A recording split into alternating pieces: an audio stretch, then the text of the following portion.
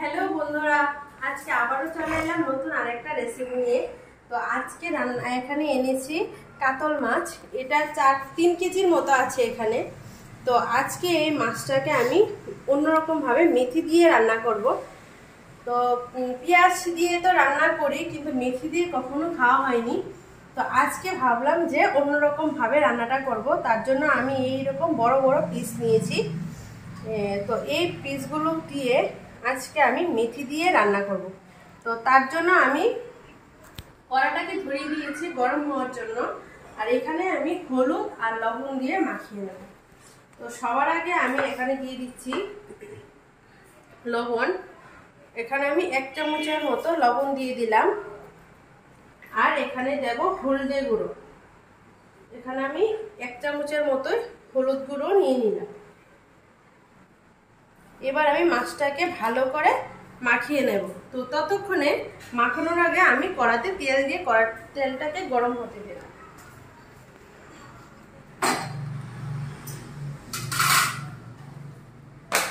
তো এখানে কড়াতে দিয়ে দিচ্ছি তেল।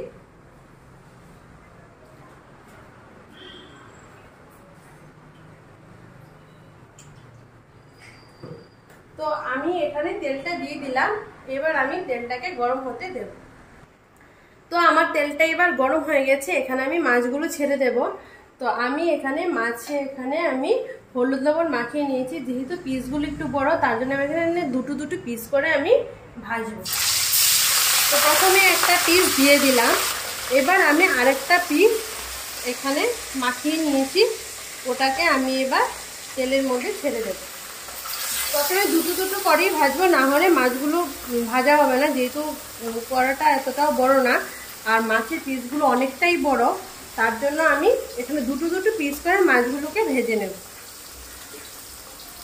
তো আমি এখানে তেলটাকে একটু ঘুরিয়ে দেব। ঘুরিয়ে দিলে তেলটা মাছের গায়ে লেগে যাবে আর ভালো করে ভাজা হবে। তো আমি একটু কড়াটাকে একটু এরকম কাজ করে দিচ্ছি, যাতে মাছটা ভালো করে ভাজা হয় আর ভেঙে না যায়।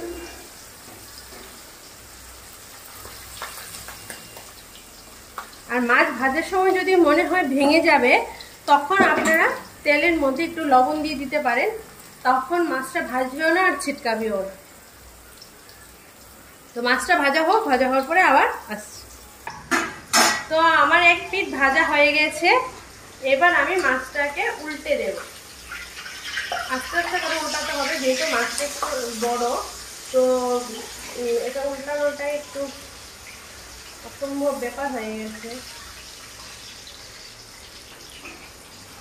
মাছটাকে এবার উল্টে দিলাম। এই পিসটাকে এবার আস্তে করে উল্টে দেব।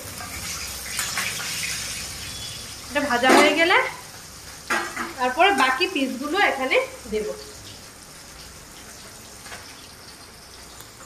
তবে মাছের পিসগুলো একটু বড় হলে একটা করে ভাজাটাই ভালো। আর আপনাদের যদি সেই ননস্টিক প্যান থাকে, তাহলে ওতে ভাজলে তো খুব ভালোই হয়। আর কড়াতে ভাজলে একটু ভেঙে যাওয়ার চান্স থাকে। তো আমার এখানে মাছ ভাজা হয়ে গেছে। আমি এবার মাছগুলোকে তুলে নেব।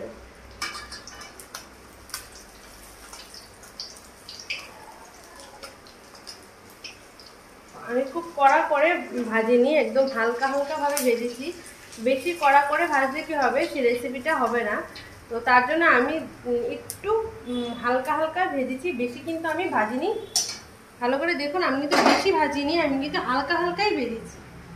এবার আমি বাকি পিসগুলো এক এক করে ভেজে নেব। আমি সবকটা মাছ এইভাবে একে ভেজে আমি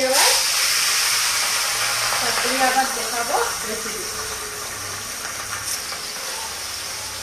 তো এখানে আমি 3টে এরকম বড় সাইজের পিস আমি 3টে এখানে দিয়ে দিচ্ছি। এগুলো ভাজা হলে তারপরে বাকি পিসগুলো দেব। তো আমি এখানে সবকটা মাছ ভেজে তারপরে আমি দেখাচ্ছি।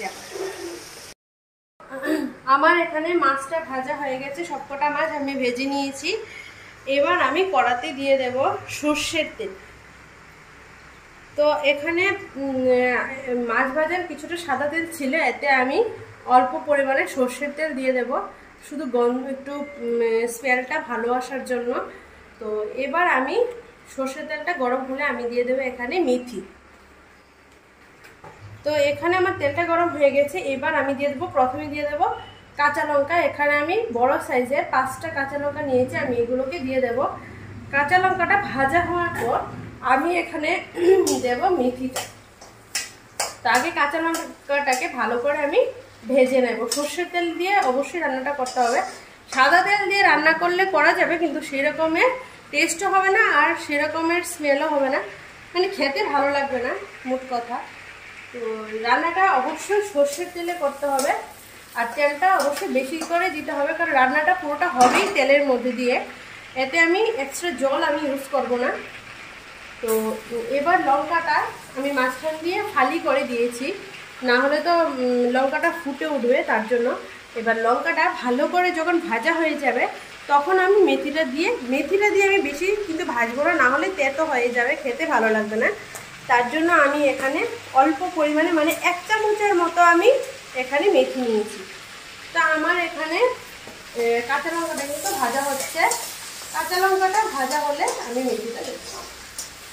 কাঁচা লঙ্কাটাকে অবশ্যই একটু ভালো করে ভাজতে হবে, না হলে যেহেতু আমি এখানে জিরে ধনে ওইসব কিছুই আমি এখানে দেব না, তার জন্য আমার এখানে কাঁচা লঙ্কাটা ভালো করে ভাজতে হবে, যাতে স্মেলটা ভালো আসে। মানে তেলের মধ্যে যেতে কাঁচা লঙ্কার যে একটা গন্ধ আছে, সেই গন্ধটা যাতে তেলের মধ্যে ভালো করে ছড়িয়ে যায়, সেরকমভাবে কাঁচা লঙ্কাটাকে ভালো করে ভেজে নিতে হবে।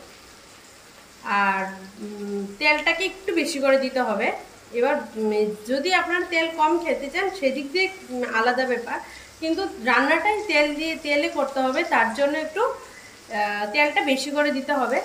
আর রান্নাটা যখন করবেন অন্য মাছ দিয়েও করা যায়, চাকা দিয়েও করা যায়, কিন্তু টেস্ট হবে শুধু পেটি দিয়ে আর কি। মানে ওই যে চর্বিযুক্ত যে পেটি সাইজগুলো থাকে, পেটের সাইজগুলো থাকে মাছের, এই মাছগুলো দিয়ে কি হবে, রান্নাটা খুব দারুণ হয় আর খেতেও ভালো লাগবে। যেহেতু রান্নাটা তেলে হয় তার জন্য ভালো লাগে পেটি মাছগুলো দিয়ে করলে। তো আমার এখানে কাঁচা লঙ্কাগুলো ভাজা হয়ে গেছে। এবার আমি দিয়ে দেবো কি, 1 চামচের মতো মেথি নিয়েছি, মেথিটাকে আমি এখানে দিয়ে দেবো। এখানে মেথি দিয়ে করতে হবে, অন্য পেঁয়াজ দিয়ে করলে ভালো লাগবে না। তো আমার এখানে কিন্তু আমার মেথিটা আর কাঁচা লঙ্কাটা ভাজা হয়ে গেছে। এবার আমি কি করব, এখানে মানে অল্প পরিমাণে, দেখুন আমি একদম অল্প পরিমাণে জল নিয়েছি, এটা আমি এখানে দিয়ে দেব। তো আমি এখানে এক্সট্রা আর কিছু দেবো না, এখানে আমি দেবো শুধু হলদে গুঁড়ো সামান্য পরিমাণে, না হলে গন্ধ বেশি হয়ে থাকলে ভালো লাগবে না। এখানে আমি অল্প পরিমাণে আমি হলদি দেব, আর এখানে দেব অল্প পরিমাণে লবণ, কারণ মাছটা আমি ভাজার আগে তেলের মধ্যে একটু লবণ দিয়েছিলাম, তার জন্য এখানে আমি অল্প পরিমাণে আমি লবণ দিচ্ছি। আর লবণটা আর হলুদটা আপনাদের পরিমাণ মতো বুঝে দেবেন, না হলে কি হবে, খাওয়ার সময় শুধু ঝোলটা তো শুকিয়ে যাবে, শুধু তেলটাই থাকবে, তখন খেতে পারবেন না যদি না বুঝে দেন বা বেশি দেওয়া হয়। তো এবার আমি কি করব, মাছগুলোকে এখানে ছেড়ে দেব। আমি এখানে পেটির সাইজগুলি নিয়েছি, তো আমি এখানে পেটিগুলোকে দিয়ে দিচ্ছি একে একে। আমি বেশি দেব না, আমি এখানে 4 পিস পেটি দিচ্ছি, বাকিগুলো আমি দেবো না, বাকিগুলো দিয়ে অন্য রান্না করবো। তো এখানে আমি 4টে পিস পেটি দিয়ে দিই। এবার এটাকে আমি একটু উল্টে উল্টে কি করব, তেলের মধ্যে ভালো করে ডুবিয়ে রাখবো, যাতে মাছটা ভেতরে সেই যে মেথির ফ্লেভারটা আর কাঁচা লঙ্কার ফ্লেভারটা সেটা যাতে ঢুকিয়ে দেন, তার জন্য। তো আমি এখানে দেখুন কাঁচা লঙ্কাটা আর মেথিটা মাছের সাথে কিন্তু ভালো করে মিশিয়ে দিয়ে দিলাম। মাছটাকে আমি কিন্তু আগে ভেজে নিয়েছি, কিন্তু হালকা করে, আমি কিন্তু বেশি ভাজিনি। মাছটা এইভাবে রান্না করতে হবে, মানে যাতে কাঁচা না থাকে, সেরকমভাবে মাছটাকে আগে হালকা তেলে ভালো করে ভেজে নেবে, তারপরে মাছটাকে এইভাবে একটু মশলার সাথে, মানে তেল আর মেথির সাথে ভালো করে কষিয়ে নিতে হবে। আর এতে কোনো প্রকার মশলা যাবে না, জিরে ধনে এর সব কোনো কিছুই যাবে না, শুধু হলুদ আর লবণ দিয়েছি এখানে, আর কিন্তু আমি এখানে কোনো কিছু দিইনি। আর জলটা অল্প পরিমাণে দিতে হবে, যাতে জলটা একদম শুকিয়ে যায় আর শুধু তেলটাই শুধু রয়ে যায়, এরকমভাবেই রান্নাটা করতে হবে। জল এখানে ইউজ করাই যাবে না, মানে অল্প পরিমাণে দিতে হবে, যাতে তেলটা না কালো হয়ে যায় বা জ্বলে যায়, সেরকমভাবে দিতে হবে। জলটা শুকিয়ে যাবে, দেখুন আমার কিন্তু জলটা শুকিয়ে গেছে, কিন্তু তেলটা কিন্তু রয়ে গেছে, তেলটা কিন্তু মরে যায়নি, তেলটা রয়ে গেছে। আর খুব সুন্দর একটা ফ্লেভার বেরিয়েছে, আমি পাচ্ছি ফ্লেভারটা। আপনারা এইভাবে রান্না করে খেয়ে দেখবেন, অবশ্যই সুন্দর একটা ফ্লেভার পাবেন। আর আপনারা চাইলে চাকা দিয়েও করতে পারেন, এই না যে চাকা মাছ দিয়ে করা যাবে না, চাকা দিয়েও করা যাবে। কিন্তু পেটি দিয়ে কী হবে, পেটিতে তো একটু বিশাল পরিমাণে একটু চর্বি থাকে, সেই ক্ষেত্রে কী হয়, পেটি দিয়ে বানালে রান্নাটা টেস্টটা ভালো আসে। আর আপনারা এই যদি অন্য মাছ দিয়ে করতে চান, সেই ক্ষেত্রে অন্য মাছ দিয়েও করা যায়, ট্যাংরা মাছ দিয়েও ওরকম। তো আমার রান্না প্রায় মোটামুটি হয়ে গেছে, তো এখন আমি এটাকে নামিয়ে নেব। আর ওই যে বললাম ট্যাংরা মাছ দিয়েও এই রান্নাটা করা যায়, ভালো লাগে খেতে, ট্যাংরা মাছ দিয়েও সেরকমই ফ্লেভার আসে। তো আজকের রান্নাটা আমার এই পর্যন্তই, আবারও দেখা হচ্ছে নতুন আরেকটা রেসিপি নিয়ে। তো আজকের জন্য টাটা।